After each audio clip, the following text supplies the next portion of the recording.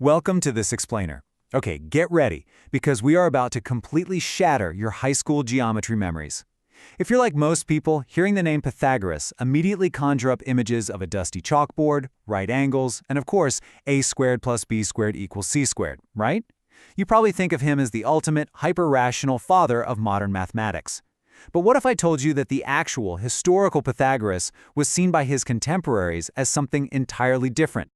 Okay, let's dive into this. Was Pythagoras actually a magician? Now, it sounds wild, but this isn't just some fringe theory. It's a highly provocative question that has sparked intense, ongoing debates on modern forums, catching the attention of everyone from history buffs to occult scholars. People are digging back into the original text and realizing, well, a lot of what we thought we knew is just completely incomplete. We're looking at a figure whose own students viewed him with a level of reverence that goes way, way beyond standard academic respect. And this brilliantly illustrates the massive divide in how he is remembered today versus back then. We have this sterilized modern perception, the mathematician, the geometry pioneer, the guy obsessed with triangles. But then you look at the ancient view.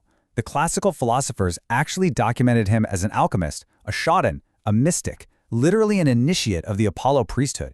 Ancient texts don't just describe a really smart teacher. They describe a godlike wizard, a worker of wonders who dealt in hidden esoteric arts. To really understand why this is, we have to look completely past those standard middle school math textbooks. We have to dig directly into the source, the ancient dialogues, esoteric manuscripts, and the surviving accounts from ancient historians like Plutarch and Porphyry. Because when you do, those texts reveal a legacy that is absolutely soaked in magic and mysticism. Section 1. Secret Teachings from Egypt. So during his formative years spent traveling the ancient world, particularly in Egypt, Pythagoras wasn't just, calculating the angles of monuments. He was actually being initiated into the Egyptian priesthood. Ancient sources suggest he learned profound geometric lessons at the pyramids, sure, but more importantly, he absorbed esoteric wisdom that was deemed entirely too sensitive and, frankly, too dangerous to even write down. Imagine math so powerful it had to be kept a strict secret. It was this intense oral tradition of profound cosmic secrets. We see hints of this deep Egyptian mysticism in the historical lore all the time. Take this account from Plutarch, for example, about the Egyptian prophet Shonophis. He supposedly spent 3 days deciphering arcane scripts meant to spiritually guide the Spartans, basically concluding that the divine intention was to urge the Greeks to live in peace and compete in philosophy. This is the exact type of deep, spiritual, and arcane environment Pythagoras was immersed in, an environment where texts weren't just data points, they were divine instructions being decoded by prophets. Section 2. The Shaman of Apollo. Now, what's really interesting about this is the specific term used here, Iatromantis. This translates roughly to a traditional shaman and healer in ancient Greece.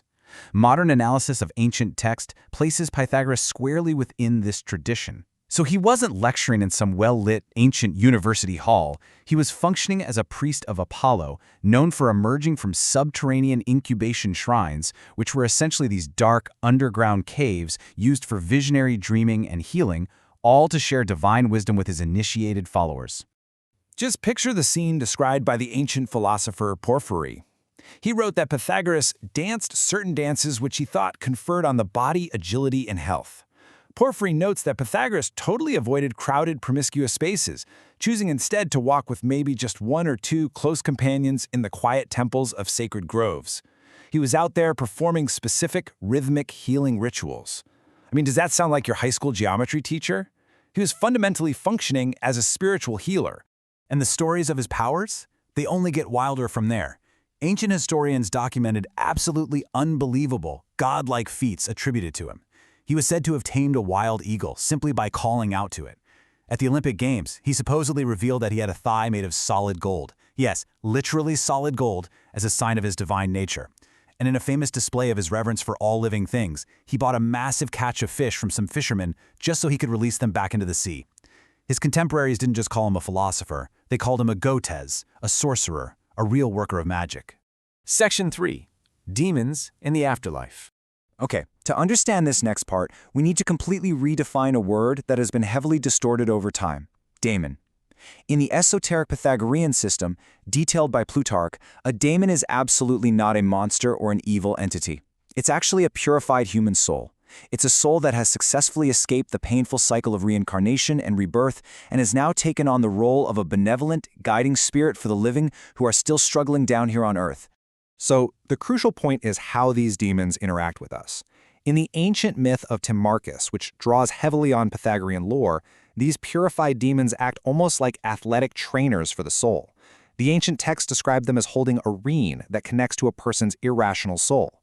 When you're about to do something wrong, the demon pulls on this spiritual tether, literally inducing a feeling of shame or repentance and actively guiding you through the turbulent waters of life. All of this fits into a massive esoteric cosmology. The Pythagorean system was built entirely on metempsychosis, or reincarnation. It featured incredibly complex metaphysics like the indefinite dyad and the monad, which represented the ultimate foundational forces of the universe. Their numerology wasn't just counting things. Concepts like the tetractys were deeply sacred, divine symbols. And to purify their own souls so they could one day become daemons themselves, they practiced strict asceticism, intense self-control rituals, and a very strict vegetarianism. It was a complete occult system that blended extreme mathematics with intense spiritual purification. Let's move to and see how this builds. Section 4. The True Pythagorean Legacy.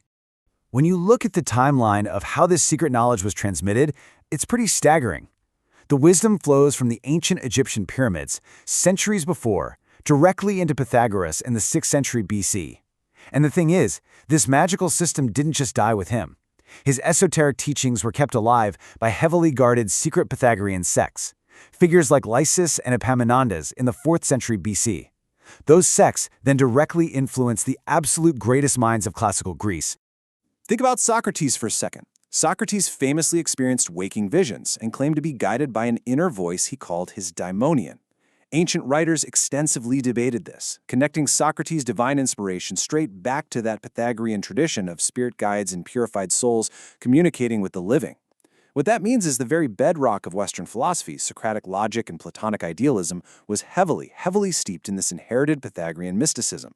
Which leaves us with a really fascinating and honestly somewhat unsettling question to ponder.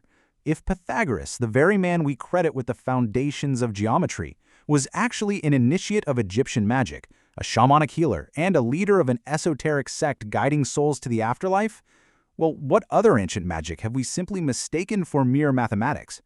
How much deep, ancient wisdom has been completely sanitized by our modern science textbooks? I hope this explainer has shifted your perspective a bit, and I highly encourage you to keep questioning the history you've been taught.